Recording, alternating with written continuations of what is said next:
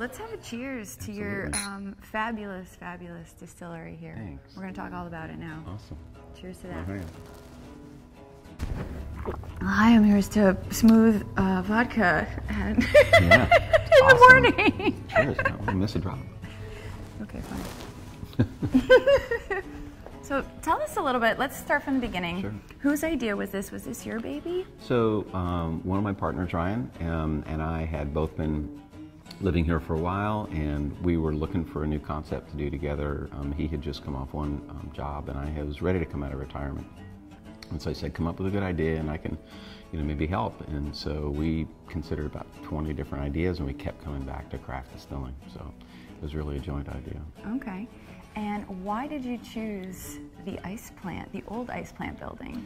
So that's a great question. One of the challenges is that we knew that in order to kind of be successful, we had to get people to try our product. And one of the hardest things in spirits or wine or beer is to get people to try it. There is a business around the corner from here that's called the San Sebastian Winery. Really lovely people. They've been doing it for like 20 years, and they've been very successful getting tours through their building and getting people to try the wine, and then they try it, and then they buy it, and then they tell their friends, and it's this kind of grassroots, exposure and growth. So we said if we could find a building that was big enough on the train and trolley route that we could get a lot of people through here, and so that's why we put the ice plant. Now, you met somebody, I guess the maker's mark, Dave, and first explain Dave and what was his role here? Sure, so Dave Pickerell, we met at a conference in Portland, and Dave was the former Master Distiller for Maker's Mark, and he left that company about 6 years ago when there was a change of ownership there.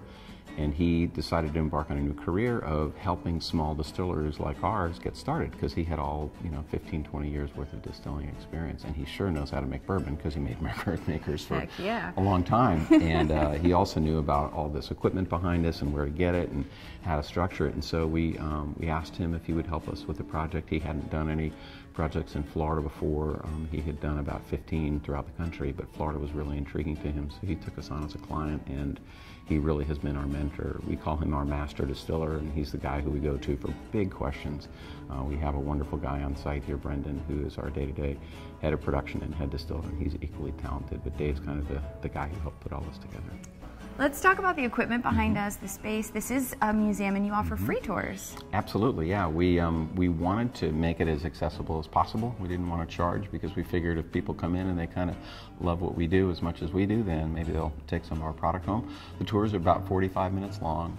There's about a 10-minute museum experience, and in there we talk about the history of the building, the ice plant, how it was built, how it was made, local agriculture. There's a whole section on our farmers, who they are, what we're buying from them. We restored an 1885 antique sugarcane press that's stunning, that's beautiful in there. We have an old kettle syrup that we collected and repurposed. So there's a bunch of really cool knowledge in there, and that's really speaks to the whole concept. Is we wanted to educate people about how spirits are made, and because we're in St. Augustine, the nation's oldest city, we wanted to talk about our history a little. And then the tour continues on. We had about a 7-minute film, and that film really focuses on our farmers, things that we can't show here in the facility, but there's a great just kind of exposure to our farming partners, what they do, how they help us, what they grow for us. Talk a little bit about the building, but it's a lovely film. And then the tour continues into this space here.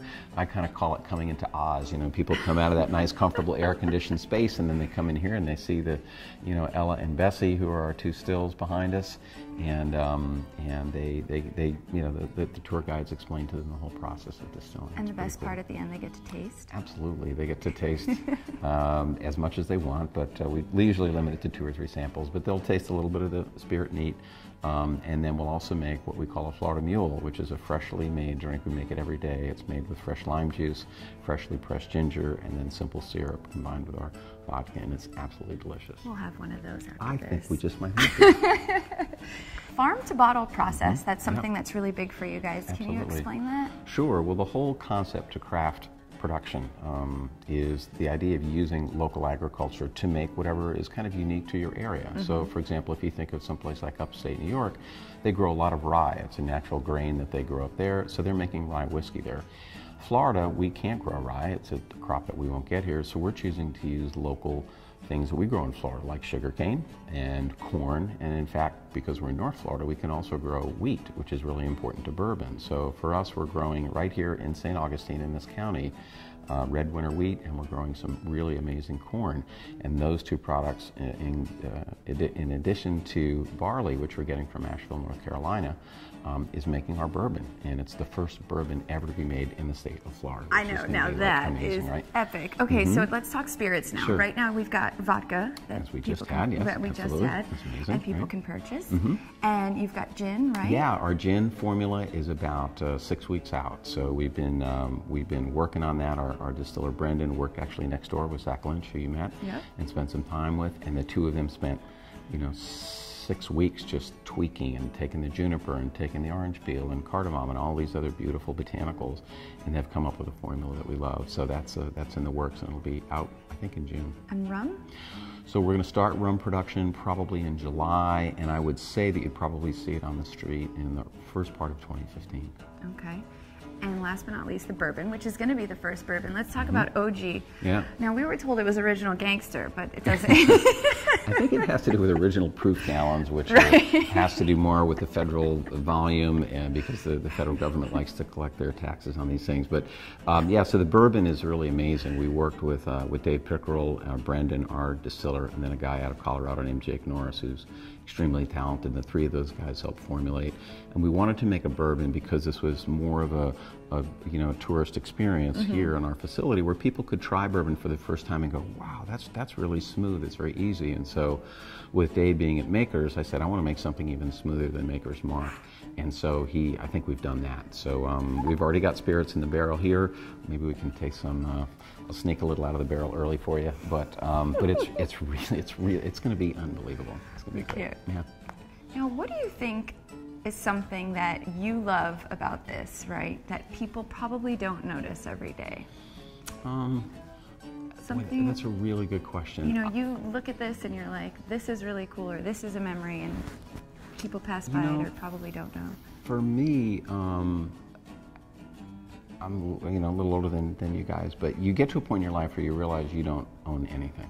Right? You're just stewards in the course of your life. And so for us to be able to have been part of a team to take this amazingly historic building, it'll be 100 years old in 2 years, and to put the investment and love that we did into this thing, knowing that it's going to be around hopefully for another 100, that's my win. If it all ended tomorrow, Zoe would have it. And you met Zoe, we met Zoe. My daughter. Do you think you just made St. Augustine cool? Absolutely. I do too, man. Yeah, thanks. Cheers to that. Yeah, thanks.